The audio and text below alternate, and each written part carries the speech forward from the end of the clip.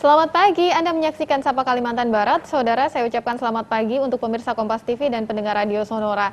Hari ini kita bersiaran dari kantor Gubernur Kalimantan Barat membahas tentang bagaimana strategi pemerintah Provinsi Kalimantan Barat menghadapi COVID-19 dan juga memulihkan ekonomi akibat pandemi.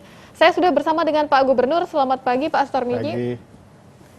Kondisi pandemi semakin hari belum menunjukkan tanda perlambatan, angka kasus masih terus ditemukan setiap hari, begitu juga dengan kasus konfirmasi baru. Ini yang akan kita bahas hari ini. Bagi Anda yang ingin berdiskusi atau mungkin ingin menyampaikan pernyataan atau pertanyaan, Anda bisa bergabung melalui laman Facebook Kompas TV Pontianak, bisa tinggalkan komentar Anda di kolom komentar di sana, nanti akan langsung dijawab oleh Pak Gubernur. Sampai dengan pekan kemarin, sudah ada lebih dari 1.200 kasus, Pak Gubernur. Update-nya 1.300 sudah update-nya. Seperti apa kondisinya? Trennya masih terus menunjukkan peningkatan. Kalau trennya kita sudah, kalau saya bilang fase kedua, sekarang ada kecenderungan masih mendekati puncak fase kedua, tetapi dia sudah mulai turun. Kita pernah tingkat kesembuhan itu 98,89%, artinya selama 2 minggu itu tidak ada kasus. Tiba-tiba ya lompat sampailah dia tingkat kesembuhan kita di bawah 80%, pernah 78-79%. Ya. Nah, itu puncak-puncaknya tuh. Ya, nah kemudian sekarang agak ya bermain di sekitar puncaknya, ya. Sekarang tingkat kesembuhan kita 86 per hari ini ya 86,03%. Kita pernah ada di tingkat penyembuhan yang paling tinggi di Indonesia waktu itu, di atas 90% angkanya. 98,89%. Masih bisa kita mempertahankan peringkat ini di tengah konfirmasi kasus yang terus meningkat. Kondisi sekarang tinggal 86,03%. Karena kita pada fase puncak, pada fase kedua. Ya, fase pertama kita bisa sembuh. Tiba-tiba ada itu. Nah, kenapa? Masyarakat kita ini kadang begitu lihat ya udah nggak ada lagi, pikir dah hilang. Yang namanya virus itu tidak akan pernah hilang, tak pernah lenyap, ya. Walaupun sudah ada ya vaksin, sudah ada obatnya, ya. Virus itu tetap ada. Berarti protokol perlindungan diri juga tidak boleh lengah. Nah, kita pakai ini karena kekebalan tubuh kita, ya, imunitas kita, ya, tapi belum terbentuk dengan virus itu, ya, sehingga ketika terserang harus dibantu dengan obat-obatan. Nah, obatnya ini yang belum ada, spesifiknya belum ada, ya. Kata orang mau vaksin, vaksin kan untuk kekebalan aja, bisa melawan virus yang masuk, ya. Tapi vaksin ini kan menjadi harapan di tengah kondisi saat ini yang dianggap serba tidak stabil. Harus ada. Kita sudah menuju ke arah sana, ada beberapa daerah yang kabarnya sudah mulai uji coba. Mudah-mudahan vaksin ini cepat tersedia. Tapi bukan berarti masalah COVID selesai. Ya, tetap akan ada.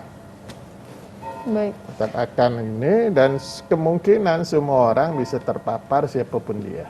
Bicara tentang upaya penyembuhan tadi, beberapa waktu lalu sempat beredar informasi katanya tenaga medis juga berkurang jumlahnya karena ada beberapa juga yang terpapar COVID-19. Perkembangannya sampai saat ini seperti apa? Kalau tenaga medis di kita ya alhamdulillah ya memang ada yang terpapar tapi tidak fatal dan bisa masih ditangani. Nah, alhamdulillah beberapa dokter ya yang terkena rata-rata sembuh dokter. Akan yang sampai ada kandungan 19 juta kopis virus, ya, tapi bisa sembuh dalam waktu 26 hari. Nah, yang jadi masalah sekarang ini, kenapa orang yang terkena COVID ini jadi berat, jadi perlu penanganan khusus, karena dia ke rumah sakit itu ya sudah rentan, ya. Sampai saya marah nih, ada satu kepala dinas kita sudah demam 1 minggu, masih tanya Pak Kadis Kesehatan, saya ini demam apa ya obatnya, kan gimana lah tuh, harusnya sudah berpikir itu, wah ini tanda-tanda, berarti tak pernah baca. Ini kan gambaran kondisi, kalau di kepala dinas Anda saja ada yang masih seperti ini pemahamannya terhadap kondisi kesehatan yang mereka alami, mungkin juga begitu dengan masyarakat? Ada dua, masyarakat ada yang antara paham dan tidak paham, ada yang percaya dengan tidak percaya.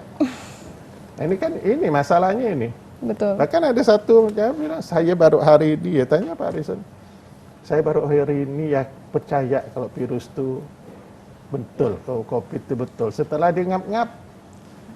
Nah, level tidak percaya ini kan yang sulit untuk diatasi oleh pemerintah. Bagaimana meyakinkan orang-orang? Apa, biar aja. Yang percaya ya percaya, yang tidak percaya ya biar. Nanti itu kalau dia lengah kan dia membahayakan diri sendiri. Nah, kalau saya sih ya saya itu aja. Ya. Bicara tentang peningkatan kasus yang masih selalu bertambah, apakah kita sudah menyiapkan tempat tidur tambahan mungkin untuk menyikapi kondisi ini? Kita sejak awal ya sudah siapkan kalau tempat isolasi sekarang ini kita ada 800-an bed ya, semua tempat lah. Misalnya di BPSDM itu ada bisa 100-an, Balai Pelatihan Koperasi, BLKI ada 2 rumah susun Brimob, rumah susun kota ya. Nah, kemudian ada Upelkes ya dan sebagainya. Baik. Bahkan itu wisma daerah pun saya pakai untuk yang di samping pendopo gubernur pakai untuk isolasi. Yang sering menjadi pertanyaan ini kan status isolasi mandiri ya. Mungkin sebagian masyarakat juga masih bertanya-tanya. Yang statusnya positif tapi isolasi mandiri ini, apakah mereka boleh dibiarkan di rumah saja atau ada kriteria tertentu seseorang boleh dikarantina mandiri di rumahnya? Kalau di satu rumah ada keluarga nih, yang positif cuma 1 orang. Saya lebih cenderung perintahkan 1 orang ini ke rumah susun atau ke tempat isolasi yang kita tentukan. Banyak juga yang ngotot, saya bisa, dia bilang saya di rumah saya ya. Nah, kalau udah ngotot gitu, dia bisa, dia cuma di kamar, dia tidak akan dia pakai masker, tidak akan berinteraksi sama anggota keluarga yang lain, apa bisa, apa iya gitu kan. Berarti tidak memungkinkan isolasi mandiri di rumah? Kalau satu keluarga itu yang lainnya negatif, hanya dia, lebih baik dia isolasi di tempat yang siapkan pemerintah. Kan makannya kita tanggung, tidurnya ini, dokter ada di situ. Tapi banyak yang beredar di sosial media, katanya kalau misalnya ada di tempat isolasi, makannya suka terlambat. Benar begitu, Pak? Mana ada makan terlambat. Saya menunya aja saya itu. Cuma kalau misalnya udah terbiasa makan siang jam 11, ya terlambat lah kalau jam 12 lewat. Kan masing-masing orang kan, sekarang saya mau tanya, berapa persen orang yang waktu makannya konsisten gitu. Baik, Ya, tapi mungkin dipastikan 10% pun tak ada. Tapi dipastikan jadwal makannya tetap tersedia. Makannya Tidak mungkin makan malam sampai jam 10. Madu pun kita siapkan. Apa lagi? Baik, kita tahan dulu. Yang juga masih jadi perbincangan saat ini adalah soal tes swab. Ada yang masih ngeri tes swab, ada juga yang masih bertanya-tanya tes swab sakitkah atau memang benar-benar perlukah? Saya malah lebih miris mendengar kalimat seperti ini. Kalau sakit jangan ke rumah sakit lah sekarang, nanti dites swab. Terus dibilang langsung positif, tidak ada angin, tidak ada hujan, katanya begitu. Benarkah demikian? Kita jawab setelah ini di Sapa Kalimantan Barat.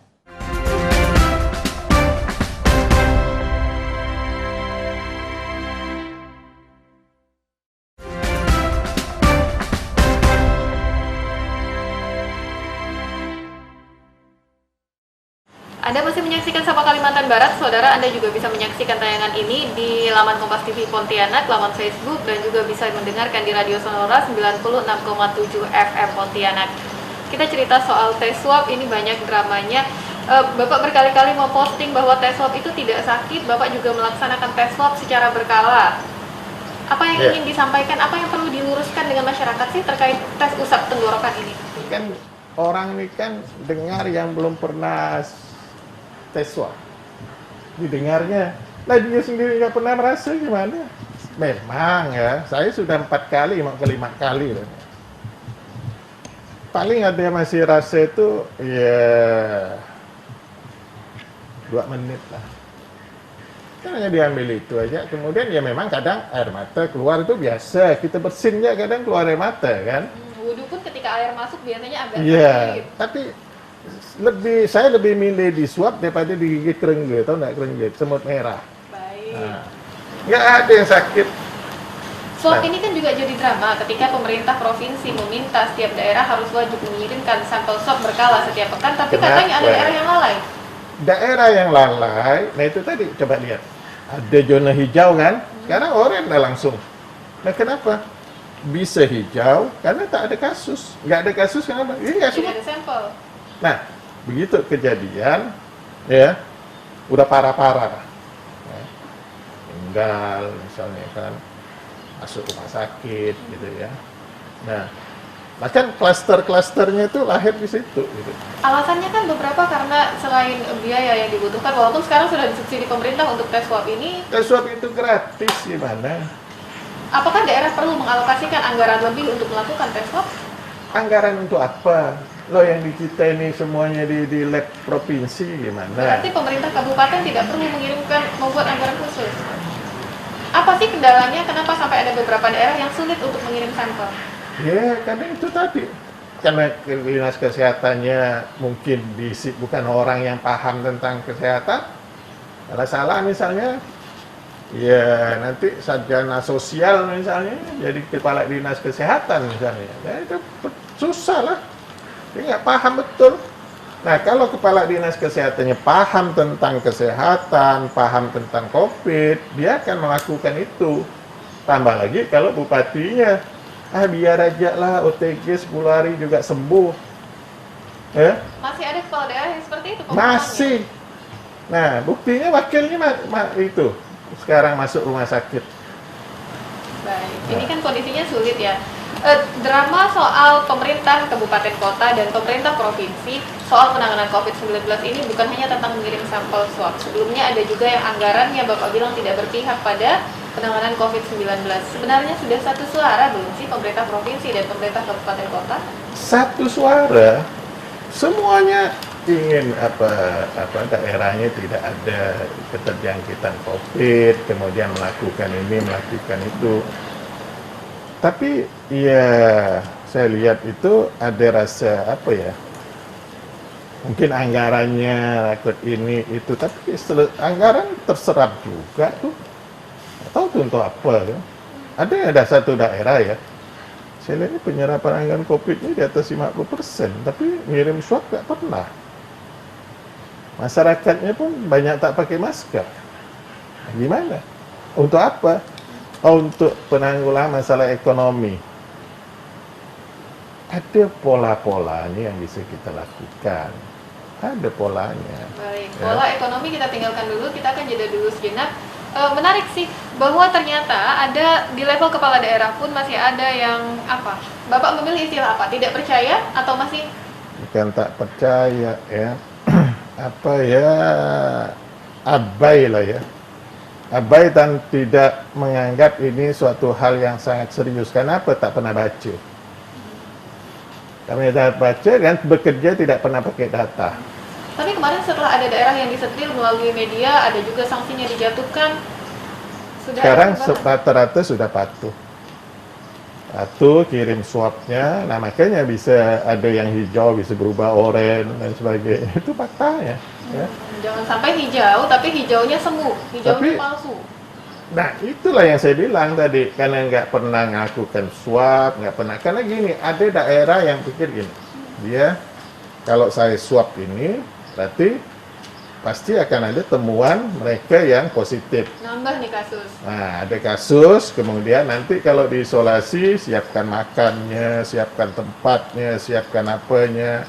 Atau daerah dia bisa jadi zona oranye, zona kuning, bahkan zona merah gitu kan. Ini dia takut di sekitar ini sehingga tak melakukan hal ini. Nah, sebenarnya yang paling bagus tidak apa daerah itu oranye, enggak apa daerah itu merah, ya. Tapi terjaga gitu, terpola. Oh, ini tingkat keterjangkitannya segini. Oh, ini begini. Sehingga kita menanganinya itu gampang. Berarti jangan cuma menjaga citra baik, tapi abai. Padahal ada Iya, nggak boleh. Makanya saya bilang tidak apa. Misalnya kasus itu sekian banyak itu ya, kita buka aja, ya. Jangan sampai kita menyembunyikan kasus. Virus ini bahaya gitu. Tiba-tiba meledak, ternyata banyak. Kasusnya dideteksi sudah sangat parah. Kita jeda dulu Pak Gubernur, kami kembali sesaat lagi. Tetap di Sapa Kalimantan Barat, Saudara.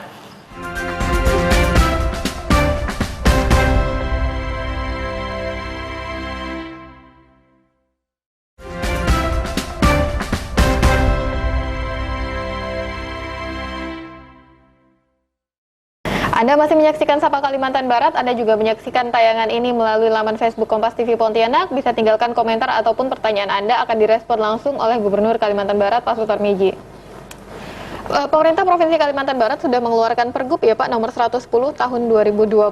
Ada sanksi di dalamnya tentang pelanggar-pelanggar protokol kesehatan. Efektivitasnya sampai saat ini seperti apa? Begini ya, ada peraturan yang dibuat oleh pusat. Kemudian kita diminta untuk membreakdownnya dengan Pergub. Turunan. Saya sudah buat. Ya. Nah, nanti daerah masing-masing tingkat 2 membreakdownnya juga dengan Perbub dan Perwali. Nah, yang harus mereka terapkan ini adalah Perbubnya dan Perwali.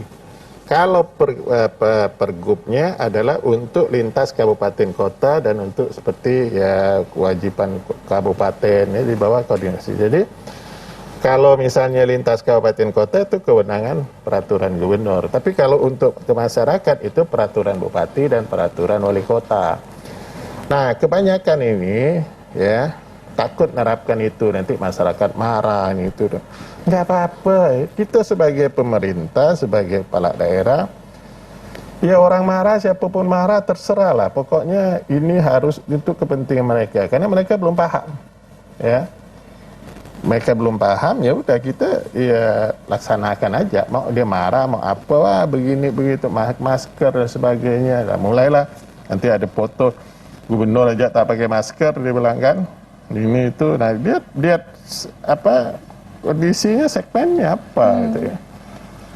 Misalnya ya acara webinar simbolis misalnya kampanye masker, saya buka dulu, habis itu saya pakai. Nah waktu kita pakai tak di fotonya, waktu kita buka di fotonya ini kan ada itu. Itu karena Bapak sebagai gubernur adalah cerminan masyarakat. Iya, Bagaimana makanya penerapan saya protokol kesehatan? tetap disiplin untuk itu ya, untuk menggunakan ya protokol kesehatan. Makanya kemudian ketika waktu itu Bapak mengumumkan bahwa ajudan dan beberapa orang di sekitar terkonfirmasi positif dan Bapak masih tetap negatif, ada pertanyaan juga di masyarakat, memangnya mungkin kalau orang-orang dekat kita positif, kita bisa tetap negatif? Kalau kita menggunakan protokol kesehatan, gunakan sarung tangan, jaga jarak. Saya makanya ajudan saya ngomong sama saya, dia turun aja, saya bilang naikkan dulu.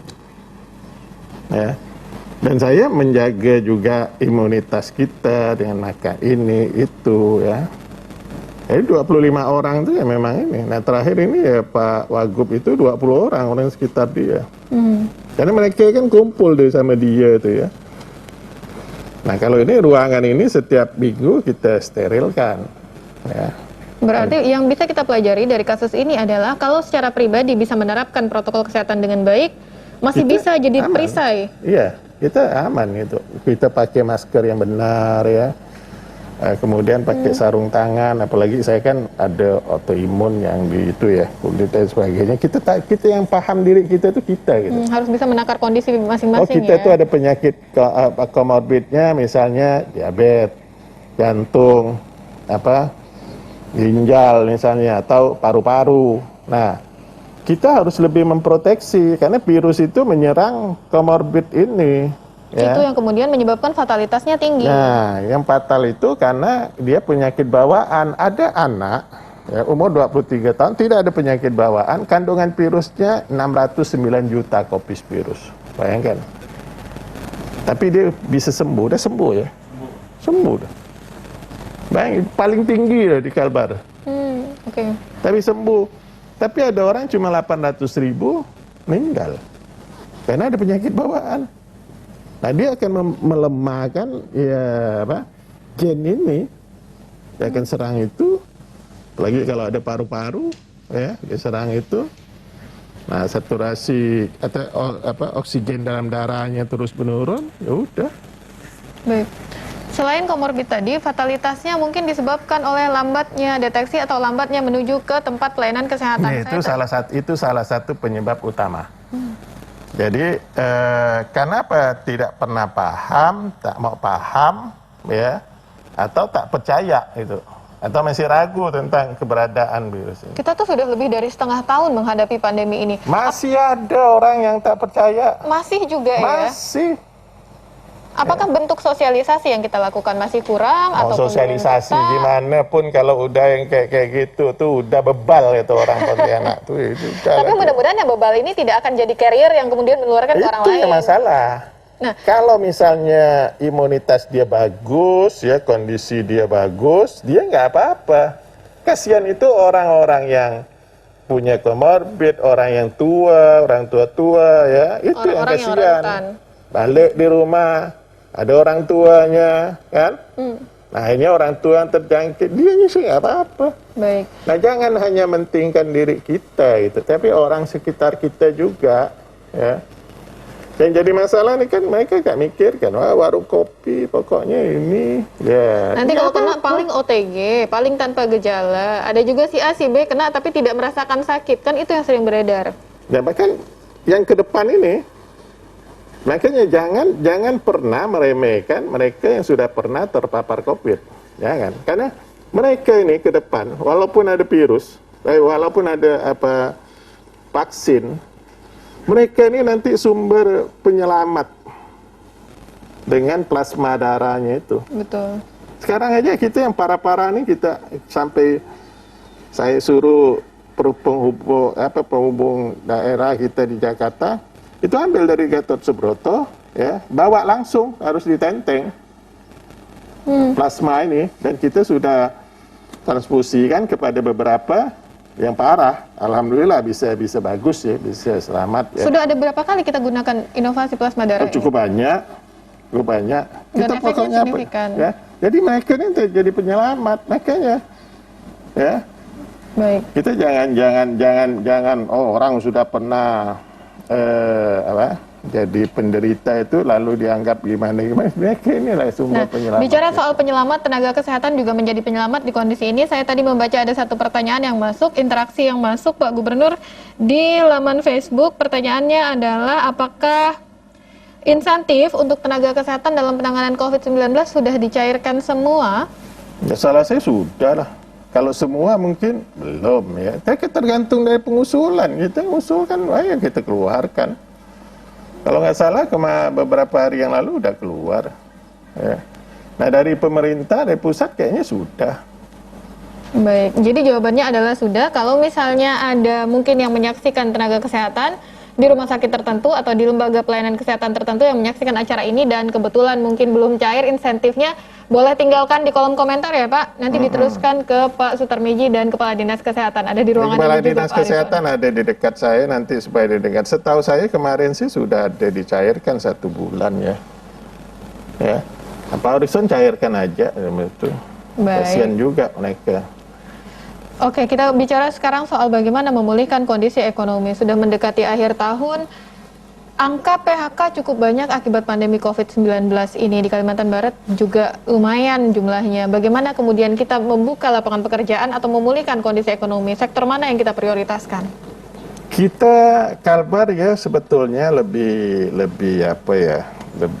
tidak terlalu rentan dibandingkan kawasan daerah-daerah industri.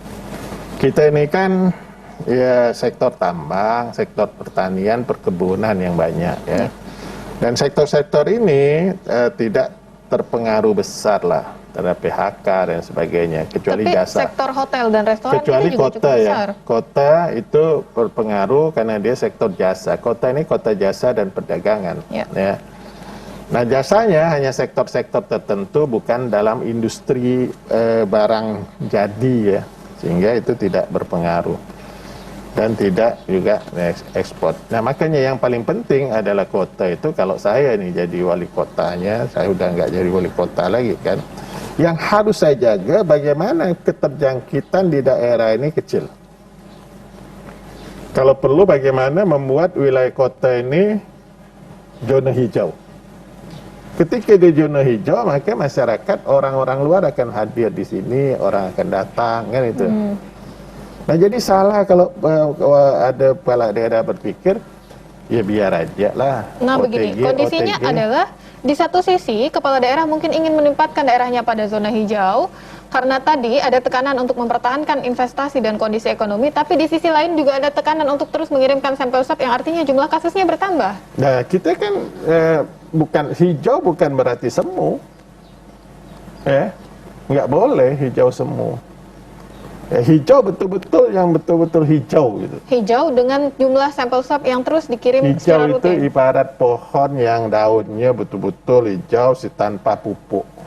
Nah, itu dah.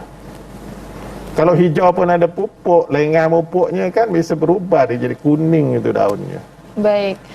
Hijau, tapi jumlah sampel swabnya tetap rutin dikirim, pemeriksaan tetap rutin dilakukan agar investornya percaya, tapi masyarakat juga tetap kenapa sehat. kita perlu rutin ngirim swab? Supaya kita tahu tuh tingkat keterjangkitan di situ berapa persen sih. Nah, bagaimana kalau kita bisa tekan, misalnya 3% nih rata-rata atau 4%, kita bisa tekan ya di bawah 1%. Kalau di bawah 1% ya wajar.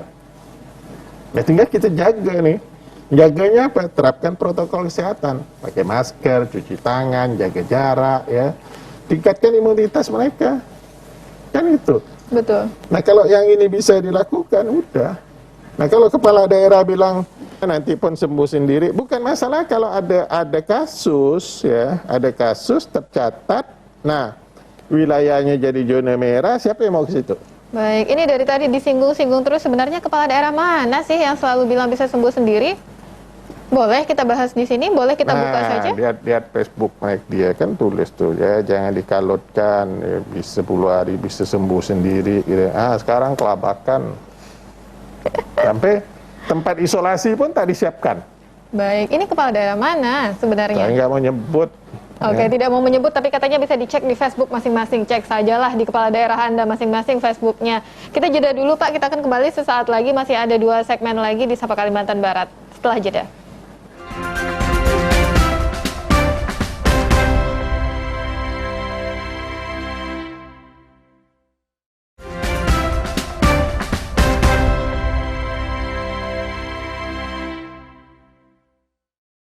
Anda masih menyaksikan Sapa Kalimantan Barat, masih bersama Pak Gubernur Sutarmiji.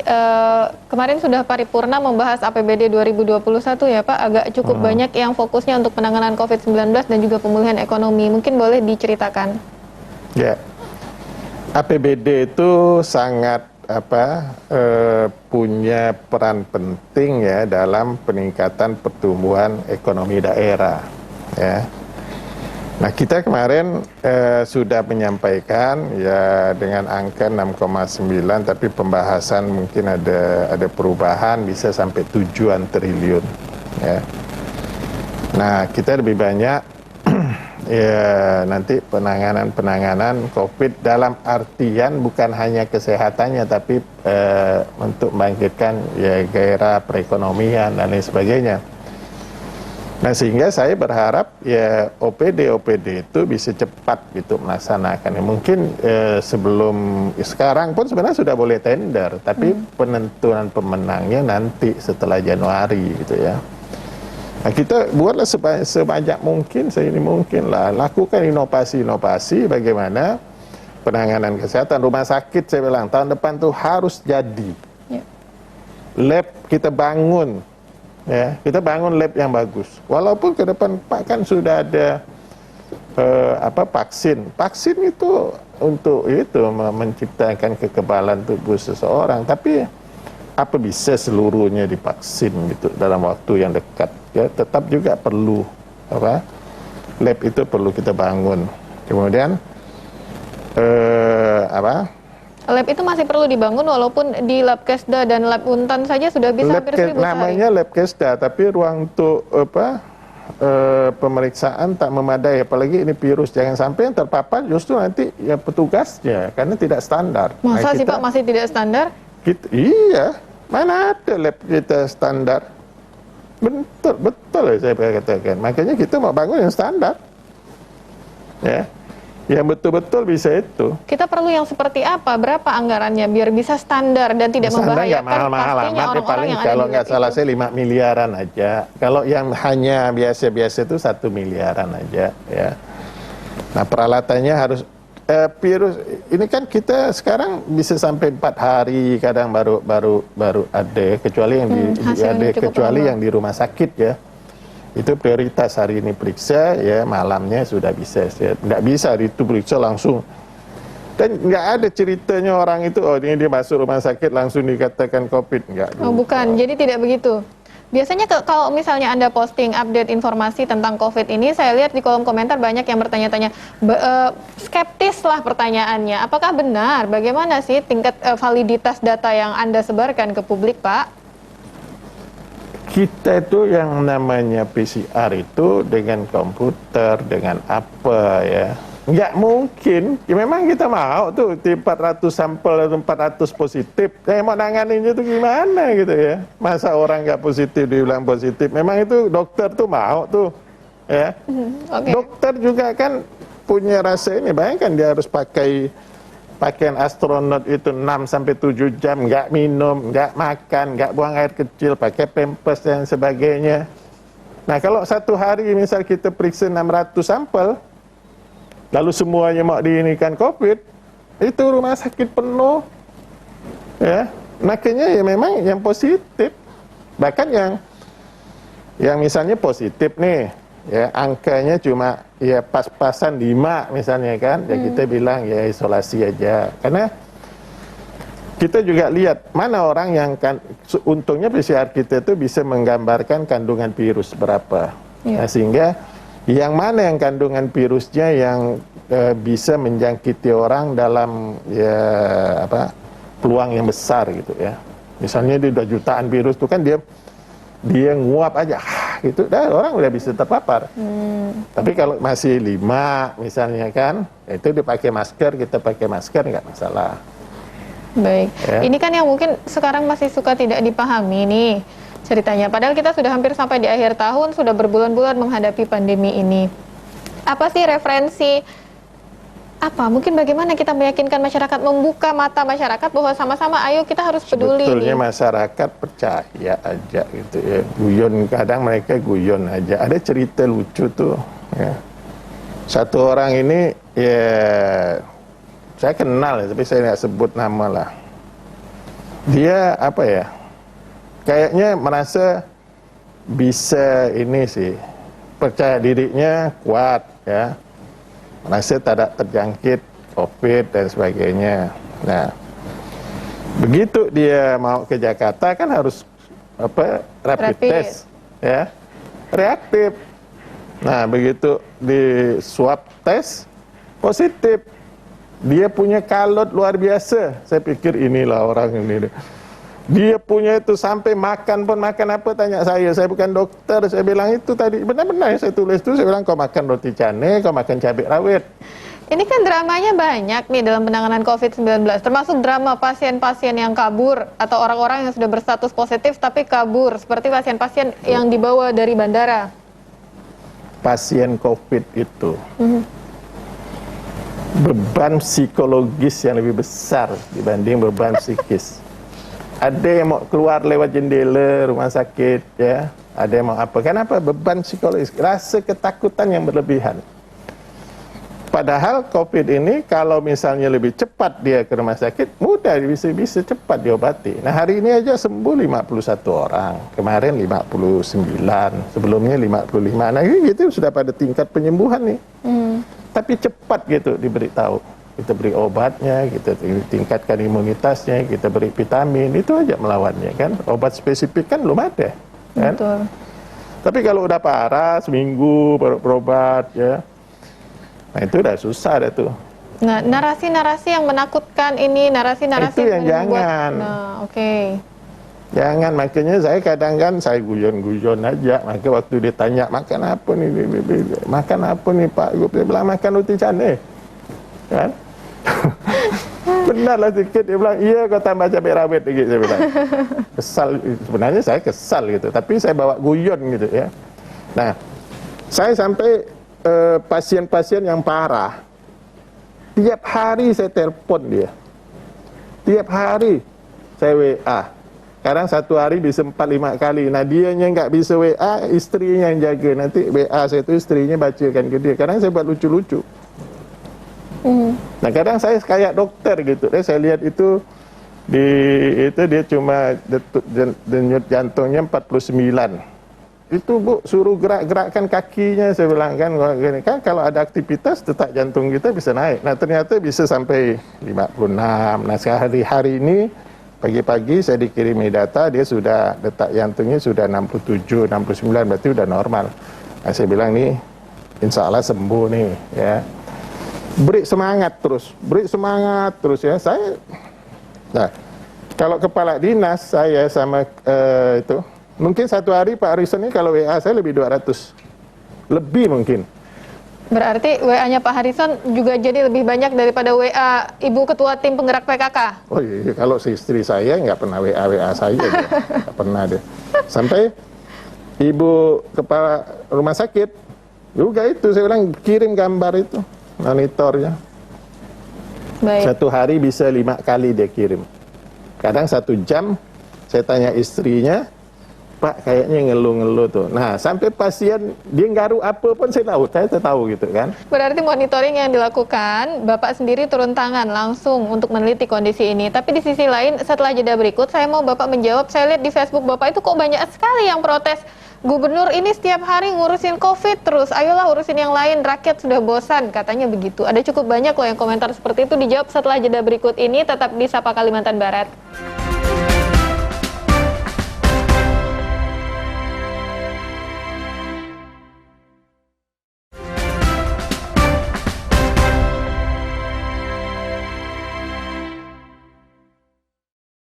Anda masih menyaksikan Sapa Kalimantan Barat, ini adalah segmen terakhir. Di segmen kali ini ada beberapa pertanyaan yang akan saya bacakan dari Facebook diantaranya. Tadi kita jawab dulu pertanyaannya ya Pak. Pak, ini pertanyaan pertama dari Arwan Alang, katanya yang jadi dilema di masyarakat Pak, tes swab hasilnya terlalu lama baru diketahui, mohon hasil swab dipercepat. Jadi hasil swab itu kadang ya kita lihat kalau misalnya yang positif itu banyak, perlu tracing ya, itu yang membuat lama. Tapi kalau tidak, normal aja gitu ya, rumah sakit biasa aja, itu enggak. Kadang kan satu orang ini kena nih, karena kandungan virusnya tinggi, berarti tingkat dia untuk menjangkitkan ke orang lain juga tinggi, maka orang sekitar dia ini harus kita swab. Nah kalau dia berinteraksi dengan banyak orang, lebih banyak lagi. Ya. Kenapa? Jangan sampai yang ini juga ini sebenarnya sudah punya peluang, untuk menjangkitkan orang lain. Maaf, berarti kasusnya kalau ini terkena pada kepala daerah atau pejabat publik, banyak sekali orang-orang yang di swab di klaster itu. Bisa jadi. Ya. Okay. Nah pokoknya semakin banyak lingkungan dia berinteraksi sama itu semakin ini. Ya. Oke, ini ada satu lagi, ini sepertinya perlu diluruskan, bebal tapi kebal ya Pak, awalnya bebal jadi OTG, habis itu jadi kebal terhadap virus.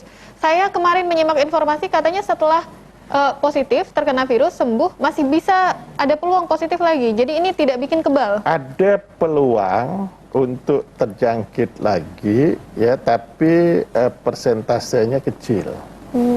Orang yang berulang itu menjadi penderita itu kecil. Kalau kita hampir ya 1% pun nggak ada lah. Kasusnya kemarin kebetulan Sekda di salah satu kota di Pulau Sumatera yang sudah positif, sembuh, sudah kerja lagi tapi positif lagi.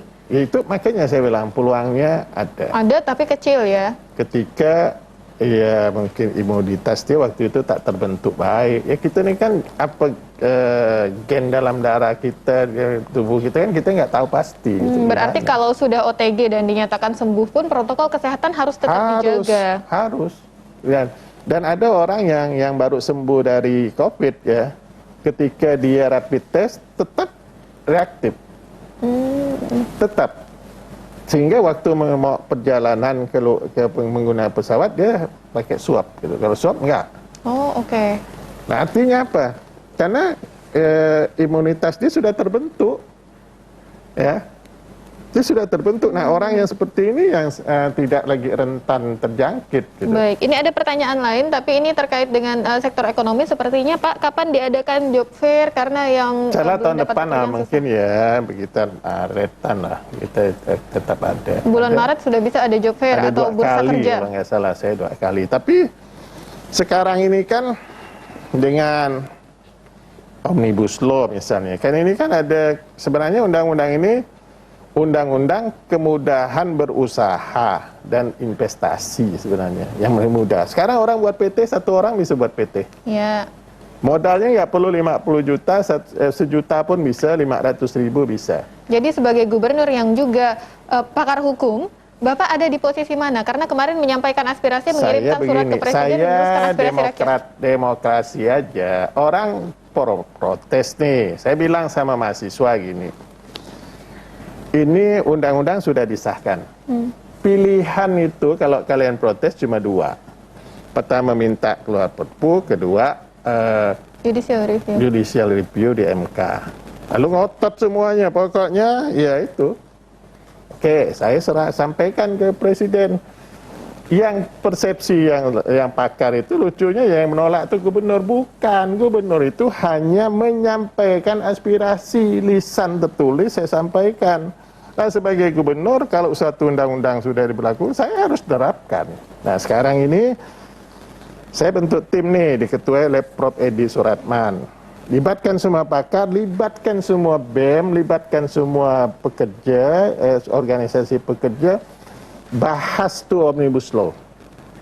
Yang kira-kira yang tak cocok, usulkan. Dengan naskah yang sebenar-benarnya. Naskah yang benar lah, saya udah minta dengan Pak Mendagri udah mau kirim. Yang dikirim Pak Mendagri ini jadi pegangan. Baik. Kalau salah, yang salah Pak Mendagri, kenapa pengirim yang salah? Kalau Omnibus Law bisa satu episode sendiri, apalagi ngomongnya dengan pakar hukum, kan jadi berat.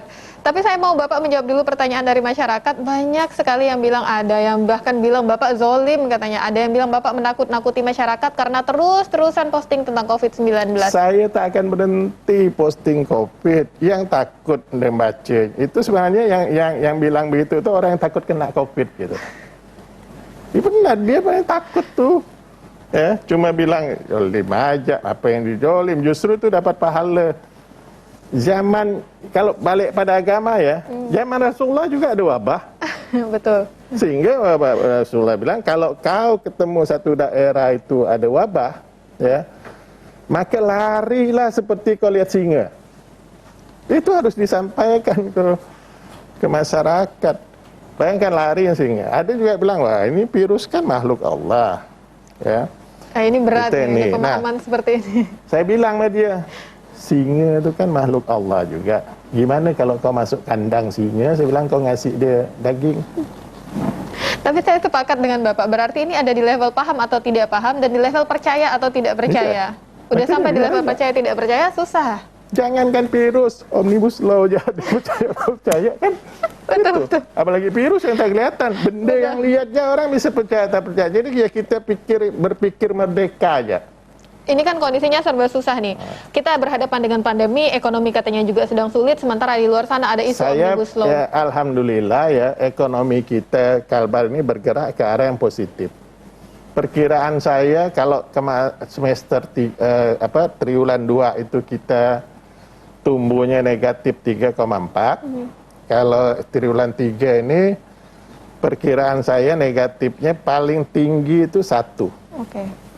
Atau bisa-bisa positif 0, berapa gitu ya. Nah, triwulan 4 saya berani jamin pertumbuhan itu positif. Baik. Walaupun mungkin kita harus melupakan target pertumbuhan ekonomi di atas 5. Saya itu udah nggak mungkin itu.